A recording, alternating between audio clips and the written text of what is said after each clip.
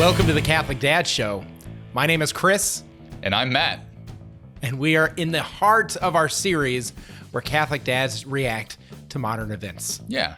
And we're Catholic dads trying to grow in holiness, trying to become the best dads God called us to be. And in doing so, we believe that we can change the world one heart at a time. What are you doing? That was so cheesy. That's definitely meant to you. be cheesy. Yeah. Here we go. Okay, hey guys, there is a lot going on, and Matt and I do record a little bit ahead of time, so hopefully not as much is going on, but there's a high likelihood that even more is going on in regards to world events, especially in regards to conflict. And so we wanted to navigate that and kind of walk through a process of what does a Catholic dad do when faced with a, I don't know, current event or a situation that honestly it's hard to navigate. Like, how do we talk to our kids about war, and what does the church say about war?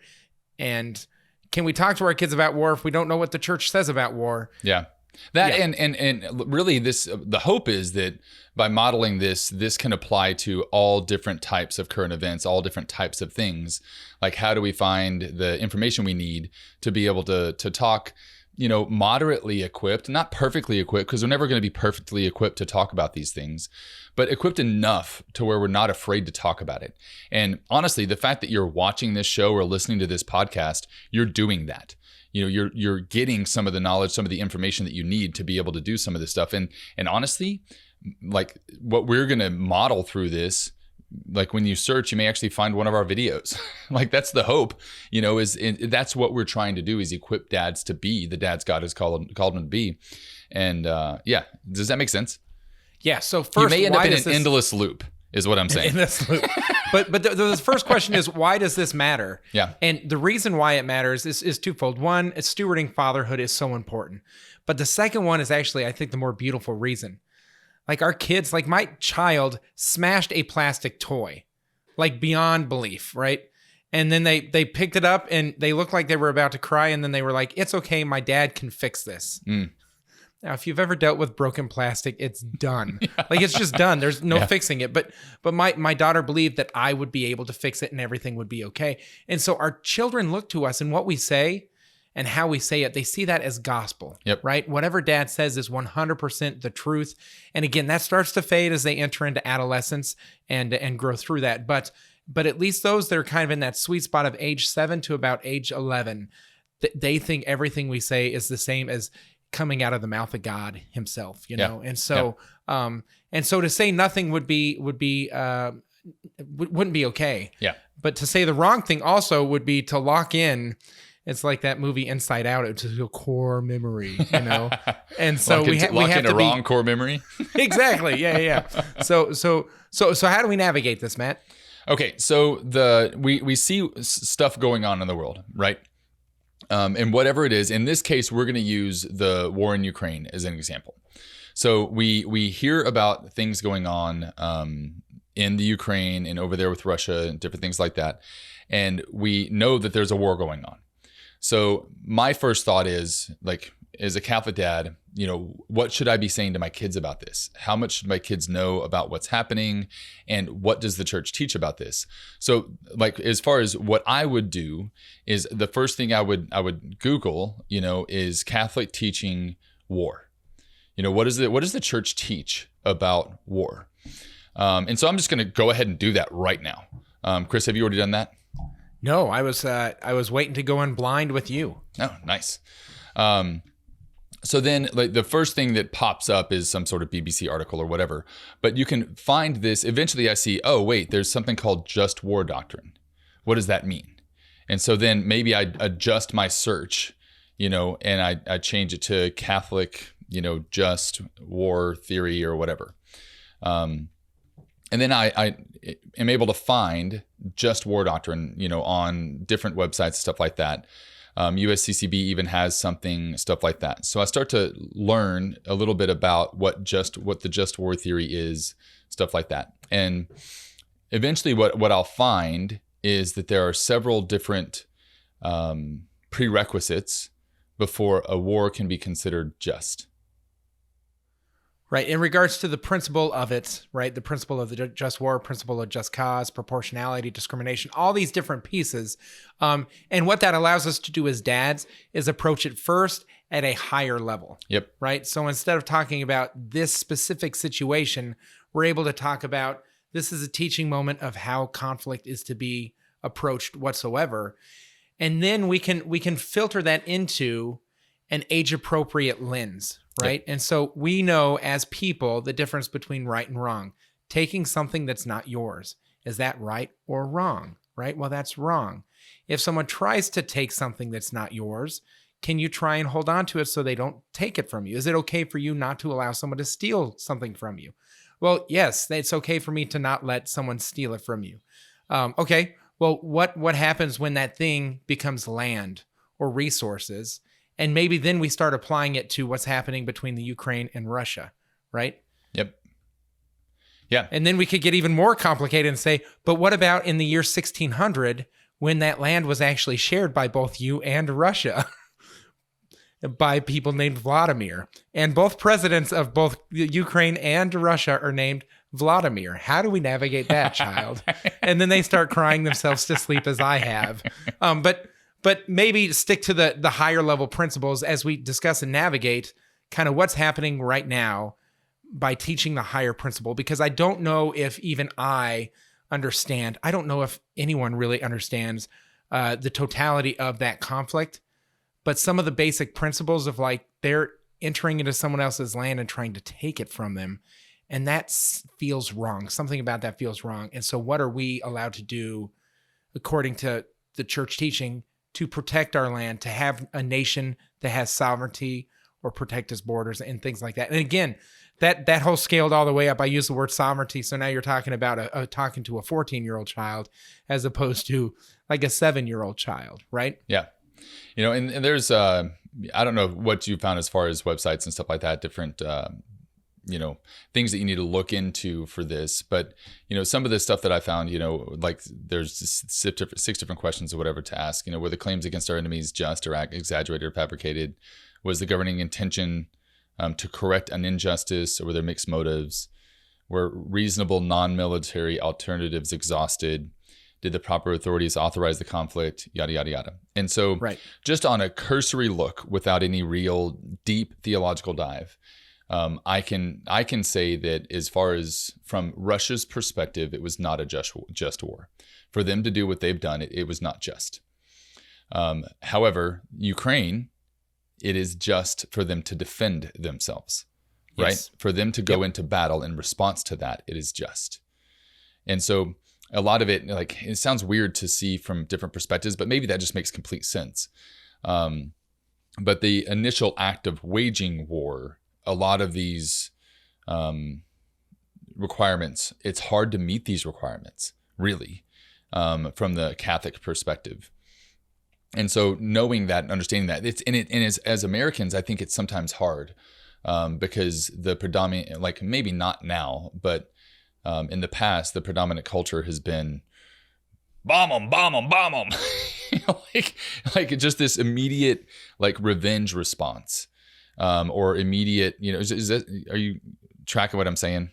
Well, I hear what you're saying. I don't necessarily agree with it being revenge motivated. Sure. I think that, have you ever heard the term fighting fire with fire? Okay. Yep. Okay. And so what happens is when a fire breaks out, they actually start a fire midway into the forest and start burning in that direction so that it consumes all the fuel, right? And what you're doing is you're actually creating destruction in order to save the rest of the forest. So a controlled fire burning towards a fire ultimately eats up the resources that the spreading fire could consume. And that's what meant is fighting fire with fire. A lot of people would make the argument, right? And I'm not saying a lot of Catholics or just war theory, but a lot of people in society would make the argument that the bomb 'em piece might actually be a better approach. And I have seen a couple of bombings that we've done recently as a government entity to where we let the nation know, you did this, we have to do a response. So I would highly recommend that you empty out this missile silo because in 12 hours, we're going to bomb it. And we've had bloodless responses, which I think I don't know if it exactly fits into the just war theory, but in regards to kind of a moral approach of bomb them, bomb them, bomb them, I feel like that's more moral than, hey, you see that orphanage? Let's drop one there. Yeah, absolutely. So this is, again, not a conversation for the kids right here. We're diving into kind of dad's thing, but we're wrestling with this reality because they might be at school and hearing my dad just thinks we should just nuke Russia. Mm-hmm. And it's like, well, my dad knows people from Russia that are Catholic, and he's not the biggest fan of that idea because they have names. Yeah. Yeah. And not all Russians are behind this, and that's and so that's just a kind of an example of looking at this. And there's a whole lot more, like, as the more you learn, and this is the tough thing about the internet, is you will find people obviously taking one side versus the other, and they disagree with each other. And finding reliable even sources. on church teaching. Yeah, exactly. That's it. Yeah. Finding reliable sources. And the tough thing, like, that I find is, and this goes, like, to continue our previous conversation, is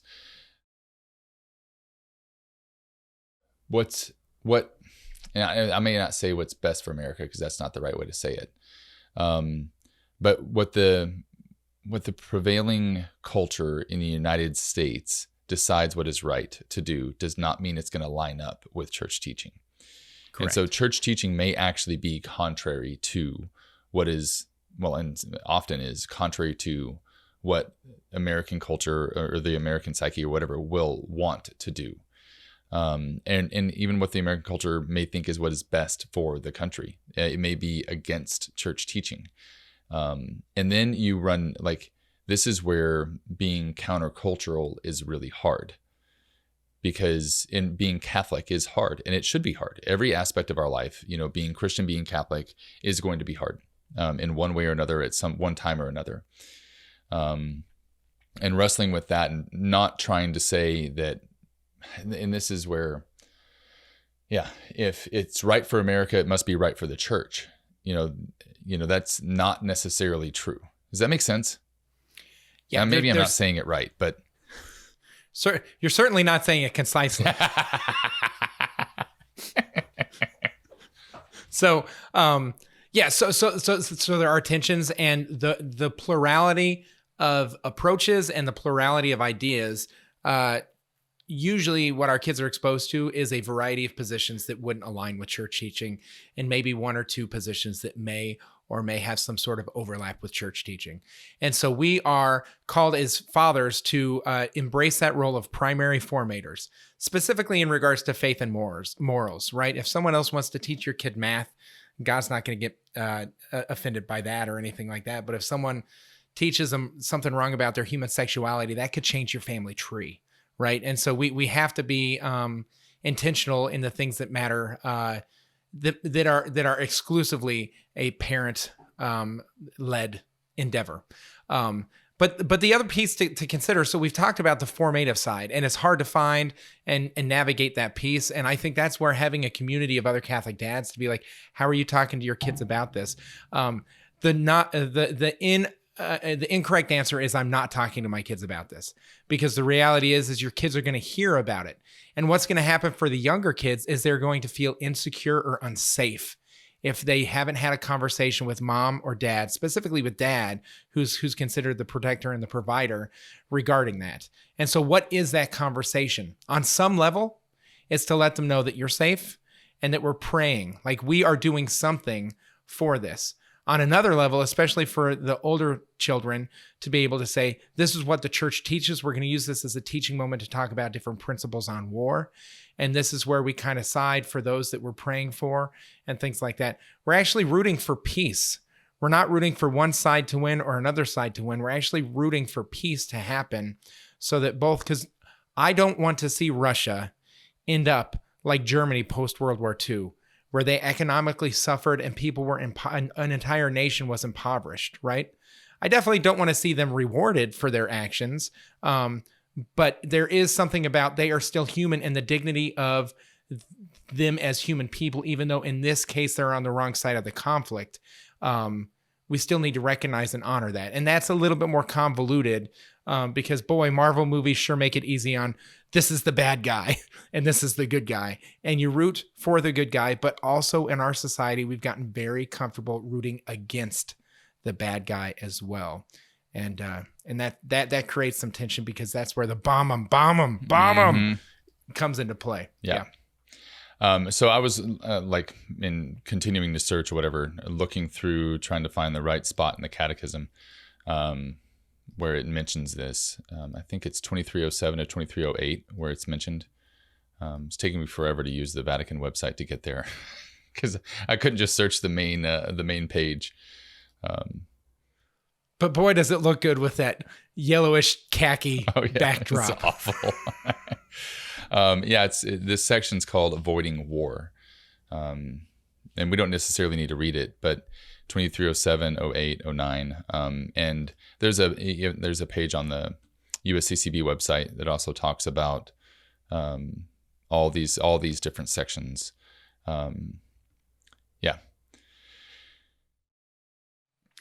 So, like even praying for this, you have to be intentional about. So we, as a team, prayed a litany for peace in time of war, and in one of the pieces in there it was, and for the souls of all those that get buried in unblessed graves. And I was like, wow, that was profound. That was beautiful. That was not 9-year-old appropriate. Like the idea that there's going to be bodies, that there's not going to be time to do things with them. Like that's exactly what that intention was praying for in a very classy way. But for a child to have that concept put into their mind at like age 9, if you listen to our last episode on the Catholic Dad's a Genius series, that did not work out well for me when I tried to teach my daughter about the Holocaust at age 9. And so we want to make sure that we're allowing them to engage in this. So Matt, for me and my family, and I'd love to hear what you and your family are doing. For me and my family, we've prayed the Chaplet of Divine Mercy together a few times because it says, have mercy on us and on the whole world. And there's something about world peace that we're really kind of striving for and begging God for right now. But the other thing that we do is at mealtime prayers, we say the Bless us, O Lord, and then we say one more prayer. And now we say, Jesus, I trust in you 3 times, that we are trusting in the providence of the Prince of Peace to bring peace to that situation. And we've made the commitment to do that until the war ends, which someone the other day said that they assume that this conflict could last up to 10 years. So that's a lot of Jesus, I trust in you coming from the Bartlett dinner table every night, you know? Wow. I like that. We haven't done anything as formal as that. We've like every time our family has gotten together for prayer, which is daily, you know, and then especially on Ash Wednesday, we offered up more prayers on those days, but I hadn't thought about adding anything specific like you guys did. Yeah, but I like that. I like that a lot. Yeah, and it's something simple, but it makes them feel involved, invested, and almost in the loop in a way that trusts in God. Yeah. Are you now watching a YouTube video on it? No, I pulled up a site on how to talk to your children about war, because I think that's the other side, the pastoral response, not just the formative response, but the pastoral response. How do you talk to your children about war? And some news anchor started barking at me. I apologize. Sorry. So one of the ways that like Catholic dads can respond to stuff like this is knowing the catechism. Now that may be way too much, you know, but also knowing where to look. Because even for me, I just did a couple of Google searches. I didn't know where it was in the catechism. And I didn't even know there was something in the catechism about war.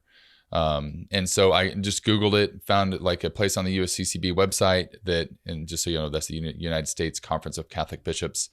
And then I found a couple of paragraphs where it mentioned the catechism in there. And then I looked for those paragraphs in the catechism, and it's fairly straightforward, you know, and that's a good way for us to learn more about what the church teaches, because the church has teachings on everything. And even if they aren't explicitly said in church teaching, there are Catholic theologians who put out stuff consistently. And you find a good Orthodox, you know, priest that has good responses to stuff like that, follow them. And they will have responses to stuff like this every time it happens. Yeah. And even not just, as you say, a good Orthodox priest. I would actually encourage you to email your pastor in regards to navigating this as well. And I know that this sounds weird because so often I think our approach to our priests are that we don't want to burden our pastor who's already busy and overwhelmed. But honestly, I see pastors come to life when they're engaged in things that really matter. Yeah. Right. So, hey, Father, I'm trying to navigate this war and being a father. How do I talk to my kids about this? And like I said, you can Google it and listen to the lady in a white dress kind of bark at you while you pop up that screen or whatever. And it talks about like, don't avoid the conversation, monitor what information is coming in. Some images are going to be really scary and unsettling, but to talk to your pastor and even give him feedback. Hey, when you mentioned the intention at Mass, like my kids knew that we as a church now were praying for peace. And that was really encouraging. When you said to end the bloodshed, that really scared my 5-year-old, so maybe we could choose some language that's more inclusive, whatever, so, but just to have that loop of feedback and dialogue with your pastor, I think is so important. On to the catechism, like the catechism is literally written at an 8th grade reading level. Now, I'm not suggesting that you need to ask your 8th grader to read it cover to cover, but I am saying that it should be accessible to us to be able to kind of consume it and translate it for our children to be helpful for that. Now, if you go into some of the footnotes, then you get into like the doctorate in theology type of stuff. It has a lot of footnotes and references, so you can literally dig deep into the catechism because of the way it references itself and references other doctors of the church and things like that. But I love how concise it is, and it talks about everything. I have a catechism that I have used in youth ministry for years, and the section on confirmation, those pages are nearly falling out, as are the sections on human sexuality, right? So I've referred to the catechism because it says it better than I was able to in many times, just very clear and straightforward, but also with charity. And to make a little pivot or turn in this conversation, I think that Pivot! As I was thinking about this conversation, it made me think, okay, well, that's happening out there, at least from the perspective of most families in the United States. And some people it's impacting more directly. And even some Americans, it's impacting more directly. My brother-in-law is being sent, overseas. He's going, and so there are plenty of families who have loved ones who are going to be much more directly impacted. But I was also thinking about, okay, well, so for my kids, how does this impact their life? And I think the translation that I was thinking of is like, so my kids sometimes go to war themselves. And I think about fights, like fighting, when they fight their friends or when they fight their siblings. How does this translate to them? And I think that there's a lot that you can apply from just war theory to that. And it'd just be interesting to see us look at that and talk about how does that apply to my 7-year-old who hit his sister back when she hit him. Sure. Or to my 17-year-old who sees violence going on. What is he supposed to do? But in the media that we consume and engage in, right? Because Call of Duty or Fortnite, like those games are so much fun and so engaging, right? But the premise is so bad. Yeah. Right? Like, I don't think that, certainly not Fortnite. Let's just fly a bunch of people in and give them guns. Nothing in the game says that you have to shoot each other. Like, you could literally all in together and time could run, whatever. It doesn't matter. It just, there's everybody gets first. Has anybody ever done that just to see? Like, I don't think it would ever happen. I'm sure it's happened once or twice, but it's a hot mess in regards to, but I think our kids know there's a difference between the media that they're, playing on a video game, especially the older teens, and what's actually going on. So some of the language here, like you're saying, 8th grade and up, they could probably read this language and translate it almost exactly into their life. So I'm looking at paragraph 2309 in the Catechism. It says, these are the strict conditions for a legitimate defense. The damage inflicted by the aggressor on the nation or community of nations must be lasting, grave, or certain. So if you're going to defend yourself using force, the damage done to you needs to be something that is lasting, grave, and certain. So that it says or. It says and certain. Okay. Lasting, grave, and certain. So it actually has all three as requirements.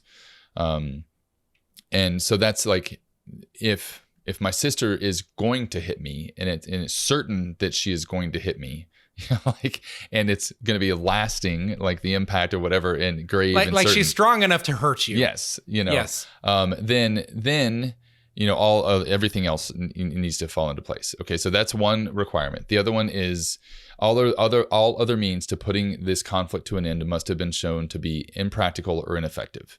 Correct. Which in my son's case is potentially calling mom and dad, running away, right. Reasoning, apologizing, whatever, all kinds of different things that my son can do. Then the next one is there must be serious prospects of success. So my aggression, or like in response to this, it must have a chance of success. So if I start off like, anyway, so that's, I just think about that same scenario, me hitting my sister back, probably not going to be all that successful. The use of arms, must not produce evils or disorders graver than the evil to be eliminated. Being inflicted. So if my sister's going to punch me on the shoulder, but I punch her in the face instead, that's not an appropriate response. I'm defending myself by causing more damage than what would have been caused. Does that make sense? Right. So I think an eighth grader and up could probably read this and understand it in a different context than what a 7-year-old could understand it at. Correct. But I think it does give, we can teach our kids these principles without necessarily using the term just war theory. The principle is, hey, did you hit her harder than she hit you? Like, I'm just imagining me walking in to my home and be like, hey kids, let's talk about the just war theory. And then my son is like, nerd, and starts hitting me. It's like, I just got bullied by my 7-year-old, So yeah, but if I say, hey, let's talk about this situation. How we respond to violent situations. Yeah. Like, this is a violent situation. How should you respond? Right. And we need to be able to teach our kids those things. They need to learn this stuff at a young age, so that as they get older, and then even I think about my 17-year-old, when he's walking through, I don't know, downtown Bryan, and sees someone being attacked, and he needs to be able to assess that situation and say, okay, what is my role here? Do I have a role to play here? And does that make sense? That's probably a little more escalated. The only thing that didn't make sense was when you said when, not if. So it's like, assume that when you walk through downtown Bryan, you're going to see someone get attacked. I'm like, dude, Brian's not. The same kind of thing happened in my front yard. I don't know if I've shared this story before on any of our podcasts, but I was sitting in the house and I heard either screeching brakes or I heard yelling. And I went out front, and a woman was getting out of a car at our stop sign kind of quickly, like she was running away. The guy put the car in park and chased after her and grabbed her. And I was on the front porch, and all I had to do in that moment was just yell. Like, I'm not going to do it on here, but like in my dad voice, hey, like a nice strong dad voice. And he took his hands immediately off her. Good. And then he started saying like excuses for why he was doing what he was doing. And I said, I basically said, it doesn't matter what she did. You do not touch her. And so this was one of those examples. Like, if I look at the just war theory, all other means of putting this conflict to an end, that was another healthy mean. That was a healthy mean of putting the conflict to an end. Right. Am I teaching my kids that versus to immediately run off the front porch, tackle the guy, and start pummeling him? Right. But in that situation, just to go there, it gets a gray area, right? Yeah. Because then all of a sudden he starts, let's say, striking this woman because, hey, didn't work. Yeah. Do you go inside and say, let's go ahead and you sign on this side of the sheet and you sign on this side of the sheet, and we'll all write something down, and you come out and it's escalated and escalated and escalated. At that moment, jumping in between or removing the aggressor, right? And then the woman runs away. Yeah. And that's different than beating the aggressor. For sure. Right? So disarmament. So there's a lot of things, but in the moment it's like, okay, maybe next time you could have handled it better. But in the instant, you had to respond quickly. Yeah. And so I think that there is some mercy that happens in that moment.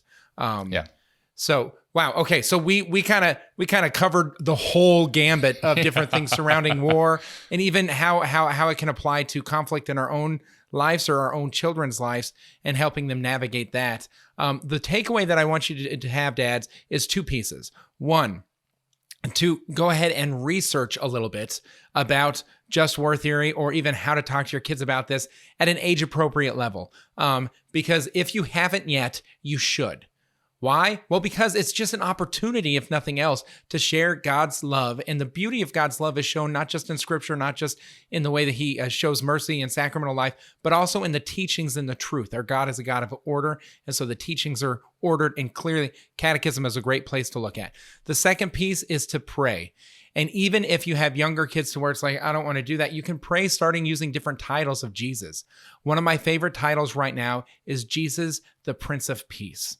Jesus, Prince of Peace, we ask that you are made present in this world in a more profound way.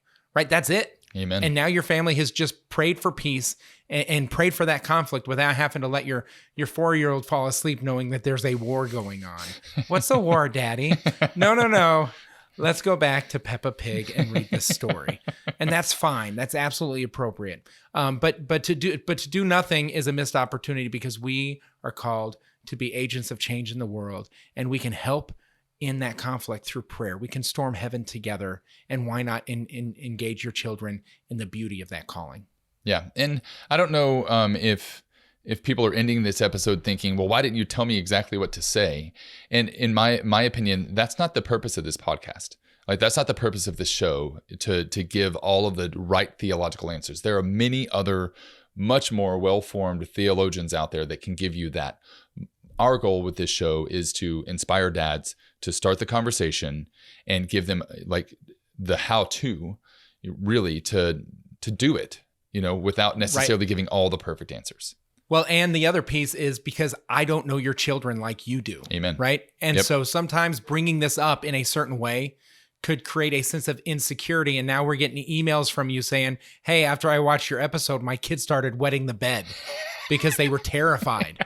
It's like, time out. You fatherhood in the way that God is calling you to fatherhood, right? Yep. Execute that gift of fatherhood. And there's times where my 12-year-old can handle things a little bit heavier than my 14-year-old, depending on what the thing is, because they're each unique individuals. Yep. And so love your kids radically, love them uniquely, and love them as a Catholic father. You guys, if you want to continue to join this conversation and kind of wrestle with these things, we have an amazing community. It's called The Village, and it's one of the apostolates we have over at Ablaze Ministries. Matt, if they wanted to join The Village, it's an online community that discusses these things that has a Catholic Dad section specifically. How would they do that? Just hop on the URL. It's ablaze.us/thevillage. Excellent. You guys, hey, thanks for joining us today. Let's keep praying for peace and a swift resolution. Any other closing thoughts, Mr. Matt? Make sure to subscribe. And if you want to get this in podcast format, it's out there that way as well. Awesome. We love journeying with you. We love being Catholic dads. We hope you do too. Thanks for joining us, and we'll see you next time. God bless.